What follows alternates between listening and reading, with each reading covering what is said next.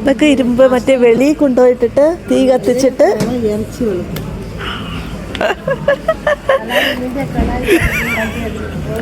നിന്റെ കടായിലേക്ക് ഉണ്ടാക്കി കഴിഞ്ഞ ഒന്നും കിട്ടത്തില്ല.